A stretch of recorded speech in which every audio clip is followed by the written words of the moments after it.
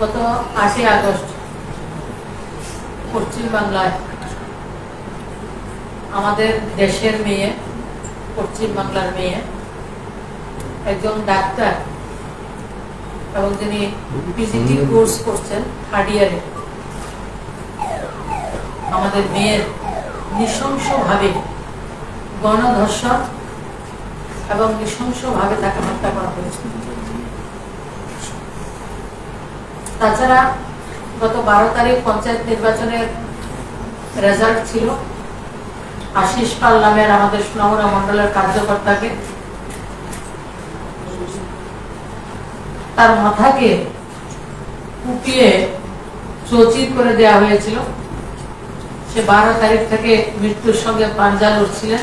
আজকে আমরা বলেছেন গতকাল রাত্রেও ওনার স্বর্গবাস হয়েছে।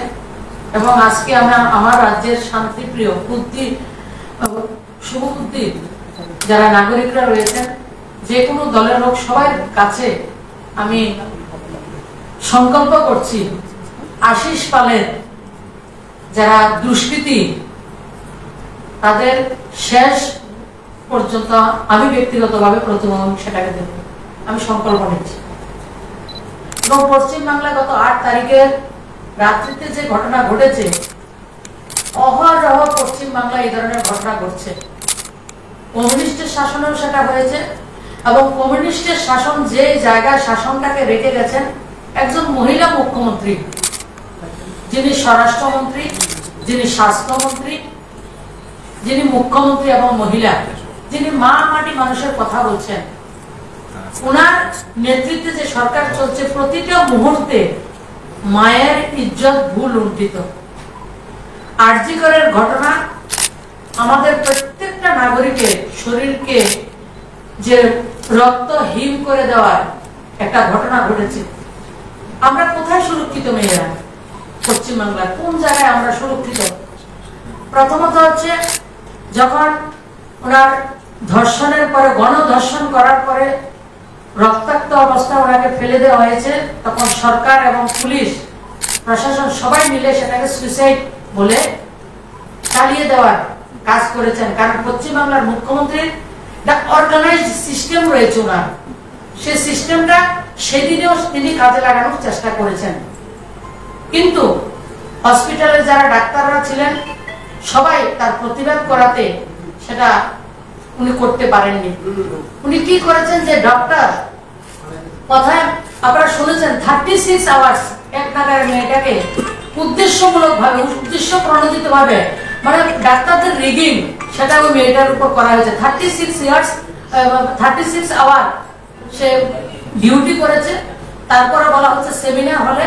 আমরা অনেক ভিডিও শুনেছি, ভিডিওর মধ্যে ওই হসপিটালের ডাক্তার যারা রয়েছে তারা বলেছেন সেমিনার হলে ওকে হত্যা করা হয়নি, যে লিভিং রুম যেটা ডাক্তাররা রেস্ট রুম রয়েছে তার মধ্যে সে শুয়েছিল, সেই জায়গাটাকে গণধর্ষণ করা হয়েছে এবং তার 100-র উপরে তার শরীরে আঘাত রয়েছে এবং এমন ভাবে আঘাত করেছে যার রক্ত, চোখ দিয়ে রক্ত বেরিয়েছে, গলার হাড়গুলি ভেঙে দিয়েছে।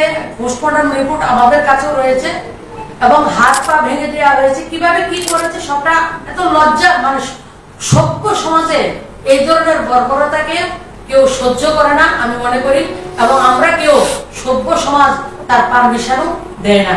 কিন্তু পশ্চিমবাংলায় সেটা শুধু 8ই আগস্টের ঘটনা নয়, কামুদিনীর ঘটনা বলুন, বকটুর ঘটনা বলুন, আমাদের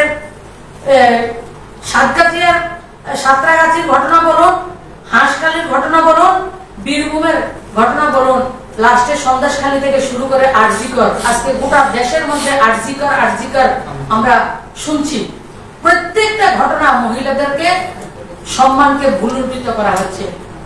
আর উনি নাটক করছেন। নাটকটা কি? উনি স্বরাষ্ট্রমন্ত্রী, উনি স্বাস্থ্যমন্ত্রী, উনি মুখ্যমন্ত্রী, উনি প্ল্যাকার্ড নিয়ে নাটক মঞ্চস্থ করছেন। কিসের? কার বিরুদ্ধে উনি আন্দোলন করছেন? উনি তো সবকিছু শেষ কথা। কিন্তু পশ্চিমবাংলা সরকার অর্গানাইজড ওয়েতে গোটা রাজ্যে প্রত্যেকটা ক্ষেত্রে তৃণমূলের গুন্ডা বাহিনী দ্বারা সরকারটা হাইজেক হয়ে গেছে। সরকারি কোনো তন্ত্র পশ্চিমবাংলা নেই। প্রতিটা কাজ গুন্ডারা করছেন, তৃণমূলের গুন্ডারা, তথাকথিত গুন্ডারা সেই কাজটা করেছেন। আমরা লক্ষ্য করেছি যখন আরজি করে ডাক্তাররা আন্দোলন করছেন, ভারতীয় জনতা পার্টির কার্যকর্তারা একটা মেয়ের যে জাস্টিসের জন্য আন্দোলন করছেন, তখন তাদেরকে উপর আক্রমণ করা হচ্ছে এবং পুলিশের গাড়ি দিয়ে বিজেপির একজন কার্যকর্তাকে গাড়ির চাকার তলায় তাকে ছুঁড়ে ফেলা হয়েছে।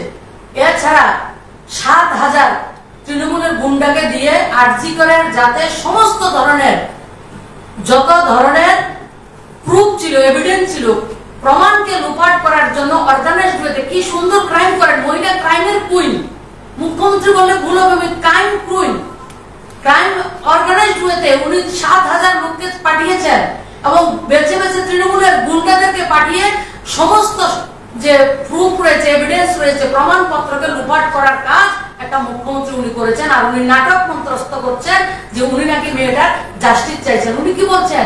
মেয়েটাকে ফেরত দিতে পারবে না, 10 লক্ষ টাকা দিয়ে দেবে। পশ্চিম বাংলার ক্যাটাগরি হয়েছে, কাকে কিভাবে র‍্যাপ করলে, কিভাবে মেয়েদের সম্মান নষ্ট করলে কত টাকা হবে উনি বেঁধে দিয়েছেন একটা মহিলা। যে মহিলা হিসাবে আমি আজকে লজ্জিত যে একটা মহিলা এভাবে মহিলাদের উপর অত্যাচার হলে এই ধরনের ব্যবহার উনি করতে পারেন। এটা আজকে গোটা দেশ, শুধু রাজ্য নয়, ওই মেয়েটা বাংলার মেয়ে নয়, গোটা দেশের মেয়ে। সমস্ত দেশ, সমস্ত ডাক্তাররা যারা ভগবান হিসেবে আমরা জানি, সেই জায়গায় উঠে দাঁড়িয়েছেন।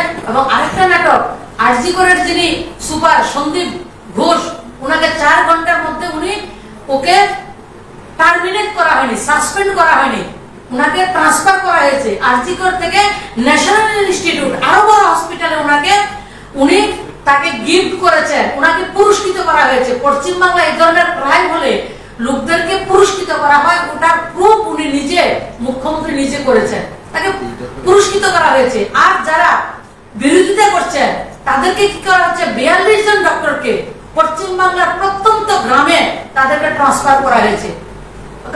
আর 200-র উপরে যারা বিভিন্ন ধরনের পোস্ট টুইট করেছে, পেজে সেগুলিকে লাইক করেছে, সমস্ত অংশের নাগরিক যারা করেছেন, স্বতঃস্ফূর্ত ভাবে যারা নেমে এসেছেন, তাদেরকে ফোন করে করে তৃণমূলের গুন্ডারা ফোন করে করে জানের হুমকি দিচ্ছে, হুমকি দিয়ে তাদের টুইটগুলি ডিলিট করার জন্য কাজ করছেন।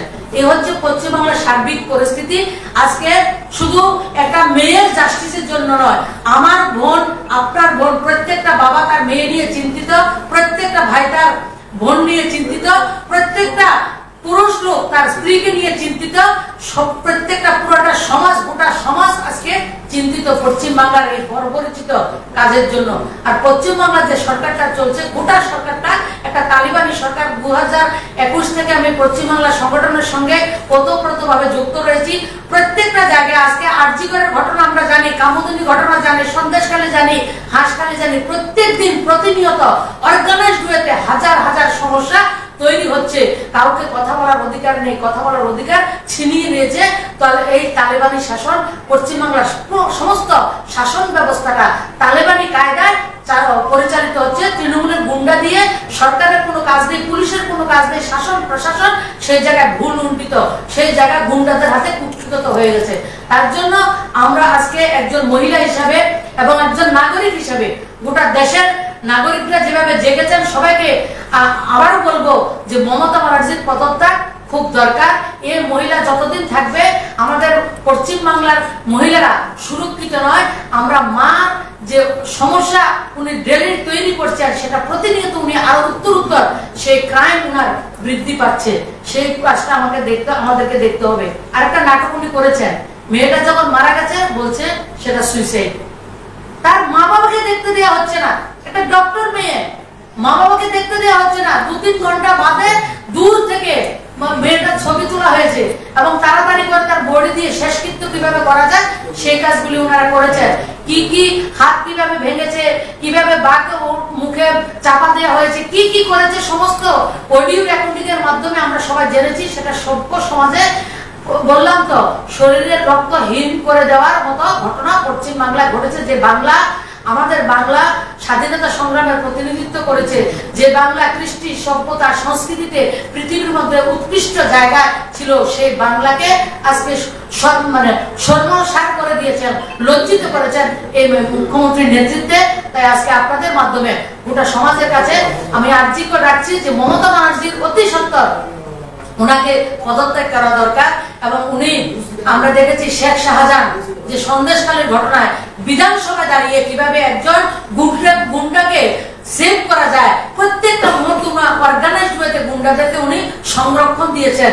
গুন্ডা সংরক্ষণ চায় না, মানুষ বাক স্বাধীনতা চায়। মানুষ যারা বলছেন সংবিধান, Rahul Gandhi and company, India জোটের কোম্পানি, আপনার ডেরিক ওবরয়, মহুয়া মিত্র, ওরা কোথায় আজকে? যারা কথায় কথায় সংবিধান নিয়ে কথা বলছেন, যারা সংবিধানে কয়টা পেজ আছে, কয়টা ধারা আছে সেটা জানেন না, একটা নোটবুক বুকে নিয়ে সংবিধানের নাটক করছেন। সংবিধান কার? যে মেয়েটার দর্শন হয়ে গণদর্শন হয়েছে, মৃত্যু হয়েছে, তার জন্য সংবিধান নয়। সংবিধান কাদের জন্য? একটা ওবিসি বর্গের মেয়ে। সংবিধান কাদের জন্য? আজকে রাহুল গান্ধী বলুন, আজকে যিনি मैं लड़की हूं लड़ सकती हूं, যে প্রিয়াঙ্কা বাড্রা কথা বলেন, ওনার লড়কি वाला জবাব কোথায়? যখন ইন্ডিয়া জোটের সরকার দ্বারা অর্গানাইজড ওয়েতে ক্রাইম হয়, তখন ইন্ডিয়া জোটের কোন নেতার কথা বেরো না। তারা সব সময় একটা বর্গের জন্য কাজ করেন, সব সময় ভোটের রাজনীতি করেন, তারা মানুষকে তুষ্টিকরণের রাজনীতি করেন, এপিসমেন্টের রাজনীতি করছেন। তার জন্য ওয়েস্ট বেঙ্গলে যে এত বড় একটা ক্রাইম হয়েছে, রাহুল গান্ধী বলুন, প্রিয়াঙ্কা গান্ধী বলুন, আজকে যারা ইন্ডিয়া জোটের অখিলেশ যাদব বলুন, প্রিয়াঙ্কা চতুর্বেদী বলুন, কোন জয়া বচ্চন, যারা লম্বা লম্বা কথা বলছেন, একজনের কিন্তু কথা আমরা শুনতে পাচ্ছি না। তারা ভারতবর্ষকে, গোটা দেশের মধ্যে পশ্চিমবাংলা যেভাবে শাসন চলছে, এই ধরনের শাসন তারা চান। এবং কংগ্রেসে যারা নেতৃত্ব রয়েছে, তারা কখনো গোটা ভারতবর্ষ নিয়ে রাজনীতি করেননি, তারা সার্টেন সমাজকে নিয়ে রাজনীতি করেছেন। এবং ভারতবর্ষকে তারা সবসময় চায় অস্থিরতা থাকলে তার রাজনীতি করতে পারবেন। তাই আজকের এই ঘটনায় প্রমাণিত হয় যে উনি অর্গানাইজড ওয়েতে কত কৌলি কাজ করেছেন, যে পুষ্পডাম থেকে শুরু করে সমস্ত কিছুতে উনি সেটাকে বাধা দানের চেষ্টা করেছেন, এবং যাতে মেয়েটা জাস্টিস না পায় তার সমস্ত রকম ব্যবস্থা করেছেন। এবং আমরা আশা করি সিবিআই এসে, কিন্তু ওনারা তো অনেক প্রমাণ লুপাট করেছেন, তারপর আমরা আশাবাদী আমাদের মেয়ে জাস্টিস পাবে। এবং আমরা আজকের এই সাংবাদিক সম্মেলনের মাধ্যমে জোরদার ভাবে আবেদন রাখছি, মমতা ব্যানার্জির বিরুদ্ধে গণ অভ্যুত্থানের মাধ্যমে হলো ওনার সরকারের পদত্যাগ করা, ওনার সরকার থেকে পদত্যাগ করা পশ্চিম বাংলার ভবিষ্যতের জন্য খুব দরকার, সেটা আমি মনে করি। আপনাদের জন্য প্রশ্ন থাকে বলতে পারি।